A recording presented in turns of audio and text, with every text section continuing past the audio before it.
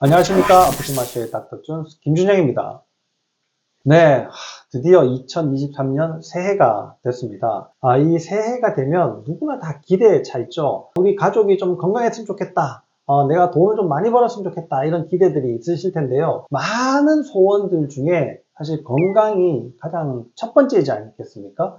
그 건강을 연말을 지나면서 또 연초가 새로운 시작을 하면서 잃어버리신 분들도 있습니다. 앞으로도 계속 생길 가능성들이 높겠죠. 내가 어떻게 치료를 하면 좋을까에 대해서 오늘 말씀을 좀 드리려고 합니다. 저는 유방 갑상선암 전문이니까요. 주로 그런 환자분들을 많이 보게 되는데 사실 갑상선암 환자분들은 크게 걱정이 없으세요. 다시 재발을 하거나 문제가 생길 가능성이 굉장히 적죠. 유방암 환자분들은 얘기가 조금 달라집니다. 물론 조기에 발견을 해서 치료를 빨리 시작을 하시면 1기의 경우에는요, 생존율이 거의 97%그 정도까지도 된다 그러죠. 참 걱정을 하지 않으셔도 되는 분들이 있는 반면에 이제 걱정을 많이 하셔야 되는 분들도 있는데 그런 것과 상관없이 유방암이에요. 조직 검사에서 좀 안 좋게 나왔어요. 이렇게 말씀을 드리면 그 유방암이 이제 어떻게 내가 관리를 해야지 되고 어떻게 치료를 받아야 되는가에 대해서 굉장히 고민들을 많이 하시게 됩니다. 그 중에 제일 많은 질문, 제일 첫 번째 하시는 질문이 어디에서 수술하면 돼요? 이 이야기거든요. 암이니까 수술을 해야지 되겠죠? 유방암은 또 수술을 하고 난 다음에 방사선 치료, 항암 주사 치료를 하게 됩니다. 요즘은 또 더 좋은 치료들이 많아져서 경우에 따라서는 표적 항암 치료 또는 면역 항암 치료 계속 치료들을 하시게 되는데요. 그런 치료들을 쭉 받는 과정 중에 가장 첫 번째가 수술이 됩니다. 물론 수술 전에 또 항암 치료를 하시는 분들도 있긴 하지만 수술을 기준으로 전후의 치료 과정들이 대부분 다 구성이 된다. 이렇게 이해를 하시면 됩니다. 그래서 수술이 무엇보다도 가장 중요하게 이 자리를 잡게 되는데요. 그 수술을 할 병원을 어떻게 선택하면 좋을까라는 것이 가장 첫 번째 고민이 됩니다. 제가 이제 환자분들한테 말씀을 드리는 거는 선택을 하실 때는 집 가까운 곳에서 쉽게 갈 수 있는 곳, 또 직장에서 쉽게 갈 수 있는 곳을 먼저 선택을 하셔라 이렇게 말씀을 드려요. 물론 우리나라에는 좋은 병원이 많이 있습니다. 아주 큰 병원들 있죠.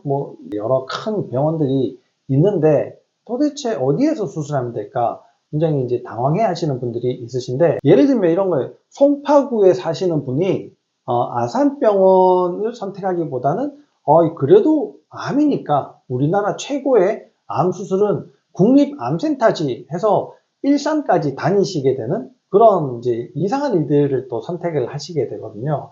그런 이상한 선택을 하시게 되면 어떻게 되냐면 수술을 이제 하시고 나서 이게 끝이 아니고 새로운 시작이 되기 때문에 문제들이 생기게 됩니다. 수술을 하시고 나면 이제 그 다음부터는 항암 치료, 그 다음에 방사선 치료 이런 스케줄들도 쭉 나오지만 중간중간에 검사들을 하면서 치료가 진행이 되거든요. 검사를 하려면 일단 예약을 해야지 되죠. 예약을 하고 검사하고 치료를 하게 되고 이 과정들이 계속 반복이 되기 때문에 내가 병원을 몇 번씩 왔다 갔다 해야지 되는 경우들이 생길 수가 있습니다. 이런 복잡한 과정들이 계속 내 생활의 일상을 계속 무너뜨리게 되거든요. 내가 일상을 포기하게 되는 일까지도 생기게 됩니다. 그래서 가능하면 주변에 가까운 곳을 선택하시는 것이 가장 좋은데 그래도 좀 유명하신 선생님들에게 수술하면 좋지 않아요? 물론 좋습니다. 유방암의 경우에서는 이제 막 유방 전문이 된 사람과 30년 경력이 있는 그 유방암 전문 선생님들과는 이 수술로 인해서 거의 변수의 오차가 별로 없다고 합니다. 왜 그러냐면 수술도 물론 중요한 거긴 하지만 항암 치료라든지 방사선 치료 또는 항호르몬 치료 이런 여러 가지 치료들이 그런 변수의 오차들을 굉장히 줄여주거든요. 이 수술을 어떻게 하느냐에 따라서 완전히 대세가 갈린다는 건 아니기 때문입니다. 그래서 내가 어떤 치료를 받는가의 가장 첫 번째 선택 수술을 그렇게 걱정하지 않으셔도 된다는 이야기입니다. 그 상황에 맞게 수술을 어떻게 해야 되는지는 대개 정해져 있습니다. 그리고 항암 치료는 그 다국적 기업에서 만드는 똑같은 항암제를 똑같은 스케줄로 똑같은 용량을 계산해서 주사를 하게 되어 있거든요. 방사선 치료는 기계가 해요. 물론 표적 항암 치료, 면역 치료도 다 마찬가지입니다. 이게 적용이 될 거냐 아니냐가 결정이 되는 거지, 적용이 된다 하면 똑같은 스케줄로 되기 때문에, 그래서 수술을 선택할 때 가까운 곳에 하지만 가까운 곳이라고 다 좋을까? 꼭 그렇지만 않습니다.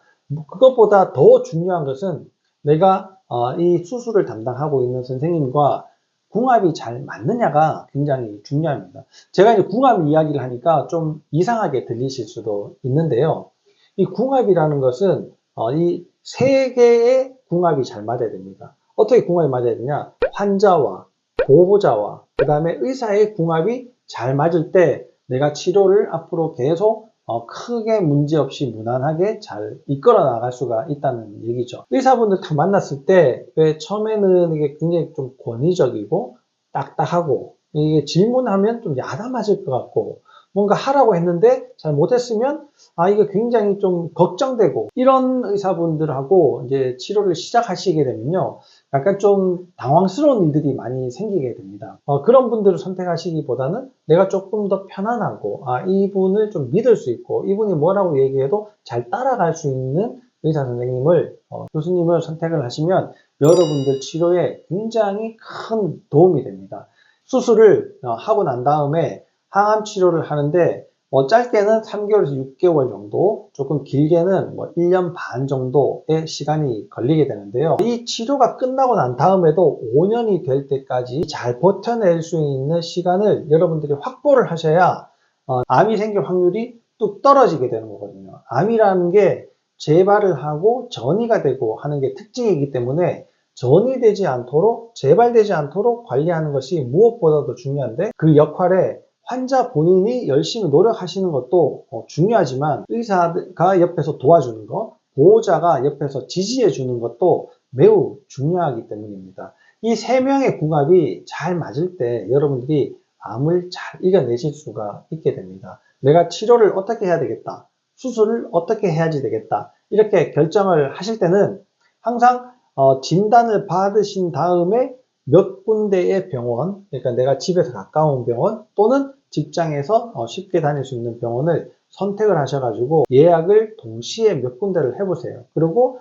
거기 담당하고 계시는 교수님들을 만나서 한번 이야기를 해보세요. 이 교수님이 나랑 잘 맞을 것 같다, 저 교수님이 나랑 더 맞는 것 같다 라는 걸 한번 경험하시고 결정을 하셔도, 내가 이 가지고 있는 암이 갑자기 많이 커지거나 갑자기 퍼져버리거나 이런 문제는 생기지가 않습니다. 그런데 내가 한 군데만 딱 예약을 해가지고 여기 가서 마음에 들지 않는다, 이상하다, 다른 데를 가고 싶다, 그러면 또 몇 달의 시간을 기다려야지 되는 겁니다. 그렇게 해서 시간을 보내는 것보다는 몇 군데를 한꺼번에 이렇게 진료를 좀 받아보시는 것도 아주 좋은 방법이 됩니다. 그래서 제가 꼭 권해드리고 싶은 방법은 집 가까운 곳, 직장 가까운 곳에서 내가 편히 여러 번이라도 왔다 갔다 할 수 있는 곳, 여기에 가서 나랑 궁합이 잘 맞는 의사 선생님을 만나는 것이 가장 중요한 여러분들의 항암 지름길이 됩니다. 그래서 2023년에도 좋은 일들이 많이 생기시겠지만